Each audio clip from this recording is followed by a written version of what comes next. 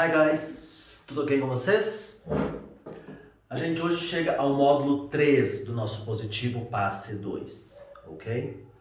E o que a gente vai trabalhar hoje?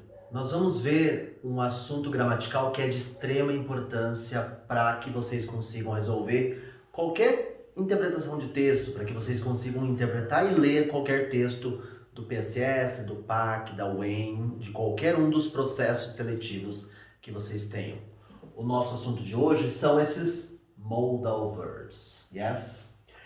Para a gente ver os modal verbs, eu vou separá-los em duas categorias principais. Primeiro, deixa eu pegar aqui esses modal verbs. O can, o could, o may e o might, ok? Vamos primeiro focar nesses modal verbs aqui. Quando que eu posso usar o can e o could? Usando os dois juntos. Se eu for falar de possibility, de ability or de permission. Yes? Em que situações que eu posso usar isso aqui? Por exemplo, possibility. I can help you if you need. I can pick some water for you. São alguns exemplos de possibility. Ability. I could swim when I was 12. I can speak English very well. Ou então, se eu estiver te perguntando, can you dance? Can you cook? Can you play tennis? São algumas situações de ability. Então, eu vou colocar um exemplo de cada aqui. Possibility, I can help you. Ability, I could swim when I was 10. Permission, can I have some water? Vocês perceberam, pessoal, que eu estou usando os modal verbs aqui indistintamente, o can e o could, porque eles são mais ou menos isso. Onde eu uso can, muitas vezes eu posso usar o could. Geralmente nós falamos que o could é um pouco mais formal que o can, mas a diferença é mínima entre um e outro. Tudo bem aqui? Então, sem problema no can e no could. Aí, quando que a gente usa o may or might?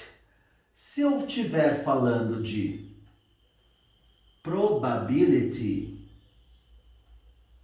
eu posso usar qualquer um deles. Eu posso dizer, por exemplo, I may go to the beach or stay home. Neste caso, eu também poderia colocar aqui o might. Não haveria diferença nenhuma. Tanto may quanto might. Não vou nem apagar aqui para vocês não confundirem. Então, qualquer um dos dois seria aceito aqui. I may go, I might go. Porém, quando eu falo de uma permission, esta permissão geralmente ela é mais formal que esta permission, aí a gente usa só o may. Por exemplo, may I go to the toilet? O aluno perguntando ao teacher se ele pode ir ao banheiro. Então, nesse caso, eu uso o may.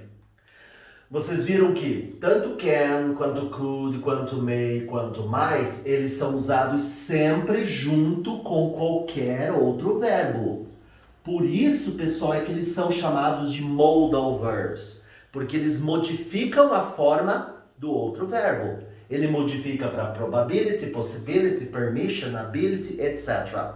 Então, esses são os principais aqui em se tratando de possibility, ability e permission. Ok?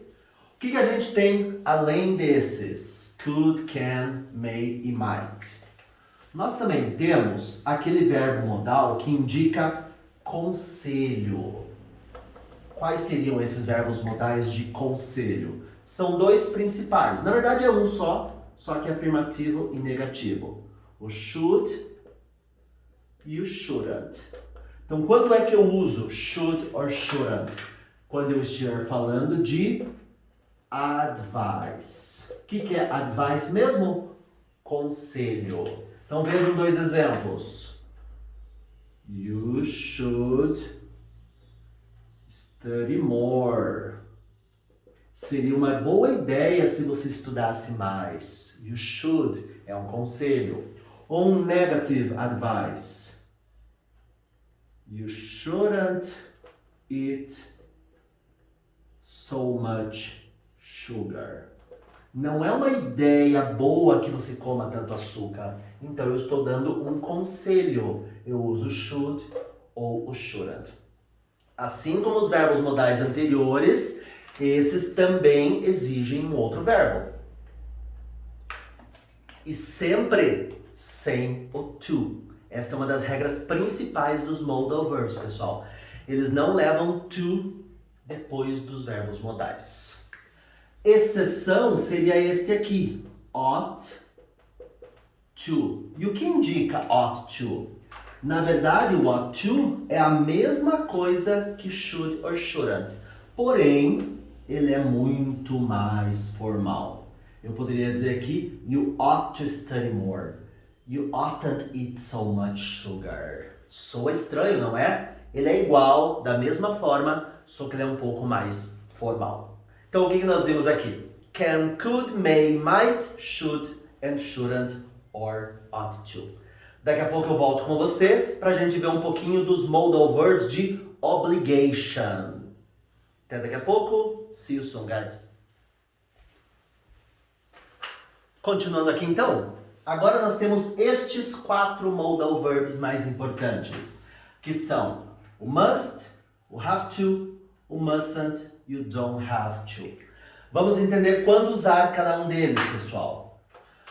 Must, principalmente se eu estiver me referindo a obligations. Que tipo de obrigação? Principalmente aquelas obrigações que são personal obligation. Sabe quando é a minha obrigação? Eu tenho que ir ao banco. Então eu vou dizer I must go to the bank. Because this is my obligation. Não é a obrigação de ninguém mais.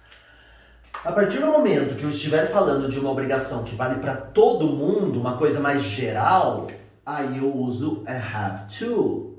Também é uma obligation, só que agora ela é muito mais em se tratando de regra ou lei.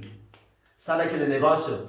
Você tem que usar o cinto de segurança no carro. Então eu vou dizer You have to wear seatbelt in the car. You have to, because it's your obligation, but it's my obligation too. So everybody needs to wear seatbelt in the car. This is the idea. É claro que em muitas situações, tanto must quanto have to vão caber. Há vários momentos em que eu aceito tanto um quanto o outro. Principalmente se eu estiver falando de uma recomendação muito forte. Oh, you have to see that. Mas algumas didáticas preferem dizer you must see that movie. Até nós temos uma categoria de filmes que são os must see. Must see porque eles devem ser vistos. Yes? Então aqui falando de obrigações. O must e o have to. Lógico, pessoal, não custa lembrar vocês que o have to é um verbo normal. Então ele aceita todas as formas. Present, past, future, third person, negative, auxiliaries. De todas as formas eu tenho o have to. Diferente do must. Digamos que eu tivesse uma obrigação no passado. Existe must no passado? Não. Aí eu teria que dizer had to. Por isso que muitas vezes eles são interchangeable. Yes? Aí vem a grande diferença, pessoal. Must. A negativa do must, óbvio que é mustn't. Porque eu estou falando de uma prohibition. A negativa de uma obrigação é uma proibição. Eu vou dizer aqui You must not smoke. Você não deve fumar. É uma proibição. Ok? Uso must not. Também não esqueçam que o can't pode ser usado para falar de proibição também. You can't smoke. You can't drive on this street. Right? Então eu tenho can't ou mustn't. A principal dúvida dos alunos é em relação ao don't have to. Porque muita gente acha que o don't have to é a negativa do have to. Mas não. A negativa desses dois verbos é mustn't or can't. Porque obrigações eu tenho como negativa uma proibição. Então o que será o don't have to? Na verdade, pessoal, o don't have to simplesmente é not necessary. Eu posso dizer para vocês, you don't have to bring a dictionary to class. Se você trouxer um dicionário, haverá algum problema? Não, sem problema algum. Mas, you don't have to bring a dictionary. Então, o don't have to é como se fosse don't need. Não precisa. Se quiser fazer, ok. Não há problema algum, mas não é necessário. Certo, pessoal? Então, must, have to, mustn't e don't have to, quando eu me refiro a obrigações ou proibições, coisas que eu tenho ou que eu não tenho que fazer. Regras gerais, então, para recapitular sobre os modal verbs. Eles não conjugam, à exceção do have to, porque é o único verbo normal. Eles não levam o to como partícula depois, à exceção do have to e do ought to. E eles não são diferentes nas formas de pessoas. É I must, you must, she must, they must, we must. Não importa qual eu uso. Certinho? Alguma dúvida até aqui? Vocês vão ter alguns exercícios de reforço lá no link na web para resolver na plataforma. Na nossa aula síncrona, nós vamos resolver as questões que estão na apostila de vocês, que eu deixei lá na plataforma, e também vamos fazer algumas atividades de um texto de vestibular do PSS da UEPG, PSS 2. É isso, pessoal. Qualquer dúvida é só entrar em contato comigo. Um abraço. Bye, bye.